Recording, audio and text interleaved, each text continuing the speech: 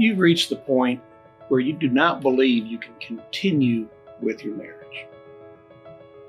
You're frustrated, upset, angry, and probably a little bit lost. You think you want a divorce, but you really don't know what's necessary in order to proceed with one. We've put together a series of video tutorials, kind of a Divorce 101. And hopefully, these tutorials will answer some of your questions. When you were first married, it was the happiest day of your life. You were in love. You wanted to share everything you had with your spouse. You wanted to share everything you would have in the future with your spouse. That included all your assets, all your happiness, and of course, children. Now, however, things have changed. Problems or other issues have come up, and you're exploring ending this relationship that at one time you thought was the best thing in the world. How do you end a marriage? And what steps should you take in doing so? The end of the marriage is not just the end of a loving relationship. It's the end of a financial and business partnership. While married, you and your spouse worked together in building the marriage, in financing it, in deciding what assets to buy and what assets to sell. In a divorce, all of those financial decisions must be addressed. The assets must be divided. How do you do that?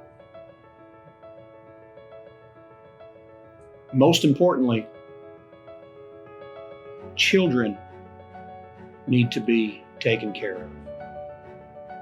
The children's needs are of the utmost importance. You need to make sure the children are taken care of during the divorce process and after the divorce is final. You need to make sure you can continue to care for your child and be involved in their decisions of the children's lives. Because divorce is such an emotional decision, the first thing you should do is to make sure your marriage is over. We often recommend that couples contemplating divorce go to family or marital counseling. Through this counseling, you can see if there's any way to save the marriage.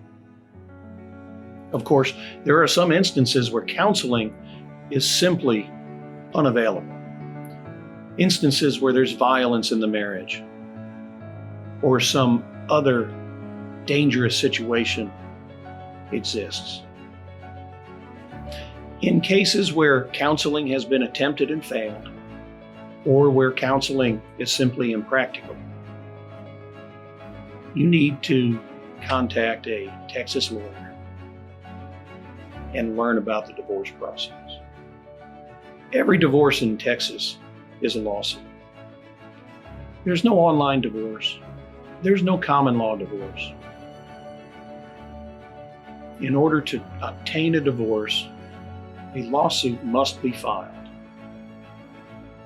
There are standard online forms for divorce and forms you can get at the office store, but be wary of them.